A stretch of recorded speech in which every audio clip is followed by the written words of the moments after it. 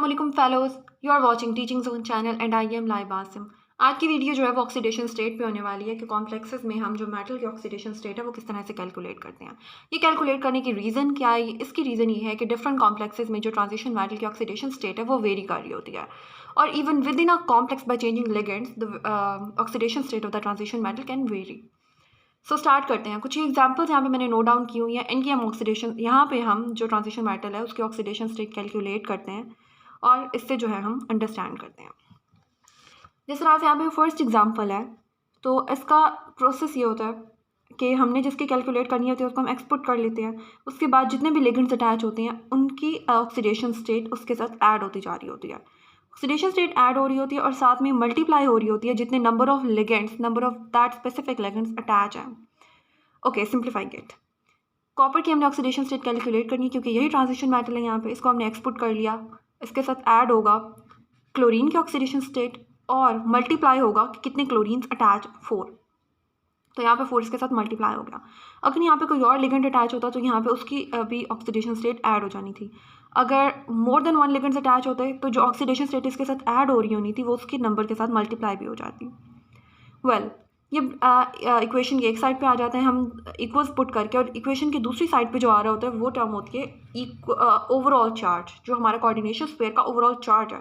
जिस तरह से इस केस में -2 है तो -2 यहाँ पे आ गया।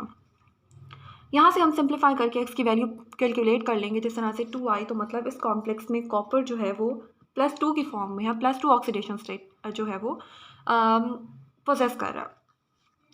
नेक्स्ट एग्जाम्पल में इस तरह से है, क्रोमियम को एज इट इज़ हमने x लिखा, प्लस 2 क्लोरीन्स अटैच हैं, 2 मल्टीप्लाई हो रहे, क्लोरीन की -1 होती है ऑक्सीडेशन स्टेट तो -1 आ गई, प्लस 4 एक्वास 4 अटैच है, और एक्वा की कितनी होती है ऑक्सीडेशन स्टेट 0 क्योंकि न्यूट्रल लिगेंड है।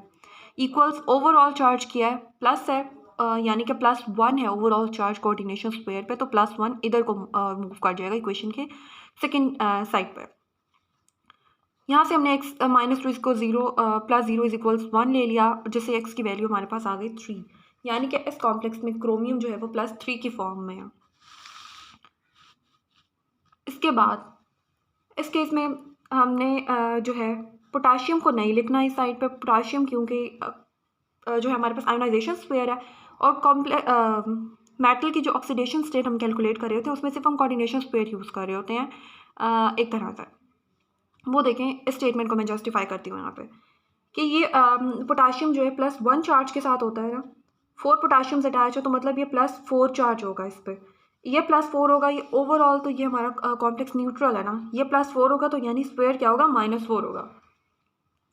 तभी तो न्यूट्रल होगा ना, जब दोनों कैंसिल होंगे, बराबर बराबर होंगे। तो ये +4 है, ये -4 है। अब हमने जिस चीज़ को कंसीडर करना है ना वो इसको हम इग्नोर करते हुए सिर्फ इस चीज़ को कंसीडर करेंगे।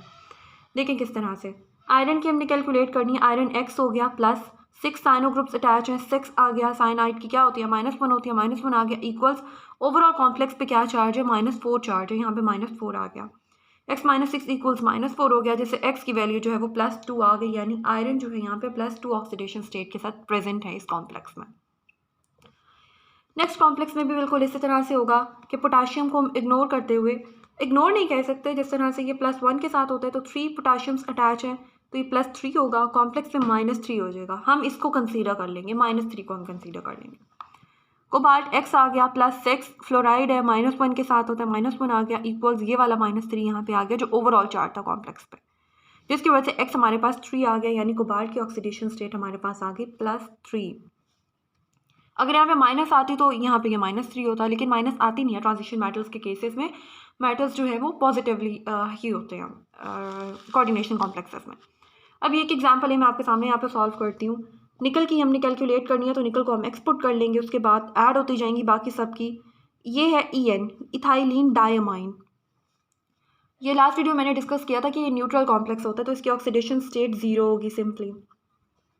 अच्छा, ये जो लिगेंड्स की ऑक्सीडेशन स्टेट्स हैं ये पहले भी मैंने डिस्कस किया था और अभी मैं दोबारा रिपीट कर रही हूँ कि ये गूगल से सर्च आउट करके रिमेंबर करनी पड़ेंगी, याद करनी पड़ेंगी, ये इसका ओनली ऑप्शन है।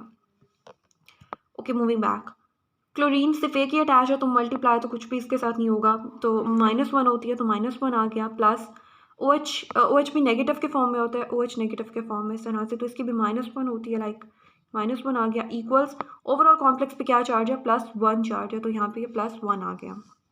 इसको सिंप्लीफाई कर लेंगे, x + -2 equals +1 x -2 right, x is equals to 1 + 2 x equals 3, तो यानी कि यहाँ पे निकल की जो ऑक्सीडेशन स्टेट है वो +3 होगी। So this was today's video. Hope you liked it. See you in the next video. Till then, Allah Hafiz.